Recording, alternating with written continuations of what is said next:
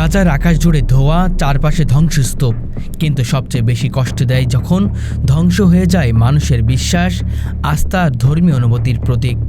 গাজায় ইসরায়েলি বোমাবর্ষণের শিকার শুধু বাড়িঘর নয়, মুসলমানদের পবিত্র স্থান মসজিদও।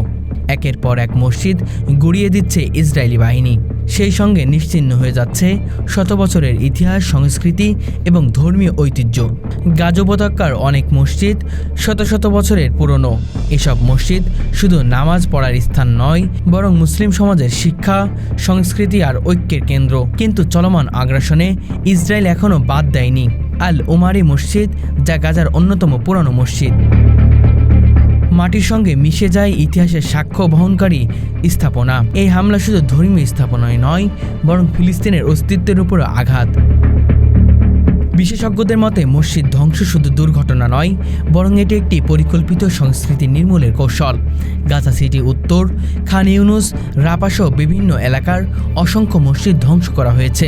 এদের মধ্যে অনেক মসজিদ ছিল আশ্রয়কেন্দ্র, যেখানে যুদ্ধের ভয়ে মানুষকে আশ্রয় নিয়েছিল। সেই মসজিদেই নির্বিচারে চালানো হয়েছে বোমা হামলা। ইসলামে মসজিদ শুধু উপাসনার স্থান নয়, বরং শান্তি, শিক্ষা ও মানবতার প্রতীক। মসজিদ ধ্বংস মানে শুধু ইট পাথরের বিল্ডিং ভাঙা নয়, বরং এটি জাতির আত্মার উপরে আঘাত। মুসলিম বিশ্ব বারবার হামলা নিন্দা জানালেও ইসরায়েল তা উপেক্ষা করে যাচ্ছে। জাতিসংঘ সহ বিভিন্ন আন্তর্জাতিক সংস্থা এই হামলাকে মানবাধিকার লঙ্ঘন বলে আখ্যা দিয়েছে। গাজা মসজিদ ধ্বংসের ঘটনায় পুরো মুসলিম বিশ্বের ক্ষোভের আগুন ছড়িয়ে পড়েছে। কিন্তু আশ্চর্যের বিষয় হচ্ছে, বড় বড় মুসলিম শক্তিগুলো এই নিয়ে কার্যকর কোনো পদক্ষেপ নিচ্ছে না, শুধু বিবৃতি আর উদ্বেগ প্রকাশ করে সীমাবদ্ধ। এই নীরবতা ফিলিস্তিনি জনগণের কাছে আরও বেশি বেদনার। আন্তর্জাতিক সংস্থার হিসাব অনুযায়ী চলমান এই যুদ্ধের শুরু থেকে এখন পর্যন্ত গাজার অন্তত 70টির বেশি মসজিদ সম্পূর্ণ ধ্বংস এবং 120টির বেশি আংশিকভাবে ক্ষতিগ্রস্ত হয়েছে। অনেক মসজিদ শত বছরের পুরনো ঐতিহাসিক নিদর্শন, যেখানে শুধু নামাজ নয়, চলত শিক্ষা কার্যক্রম, আশ্রয় এবং মানবিক সহায়তা। কিন্তু ইসরায়েলের আগ্রাসন শুধু সামরিক নয়, এটি ধর্মীয় ও সাংস্কৃতিক অস্তিত্ব নিশ্চিত করার নীল নকশা। বিশেষজ্ঞদের মতে ইসরায়েলি সামরিক বাহিনী যখন গাজায় হামলা চালায়, তখন তারা শুধু সামরিক স্থাপনা নয়, এবং বেসামরিক স্থাপনাকেও লক্ষ্যবস্তুতে পরিণত করে। এর পেছনে রয়েছে ফিলিস্তিনি সমাজের মনোবল ভেঙে দেওয়ার কৌশল।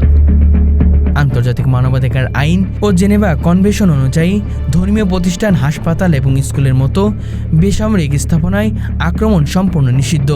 তা সত্ত্বেও ইসরায়েল এই আইনকে উপেক্ষা করে মসজিদ লক্ষ্য করে হামলা চালাচ্ছে। জাতিসংঘের মানবাধিকার পরিষদ, amnesty international, human rights watch সহ বহু সংস্থায় এই হামলাকে যুদ্ধ অপরাধ হিসেবে উল্লেখ করেছে। তবে কার্যকর পদক্ষেপ নেওয়ার ক্ষেত্রে আন্তর্জাতিক মহল এখনও ব্যর্থ।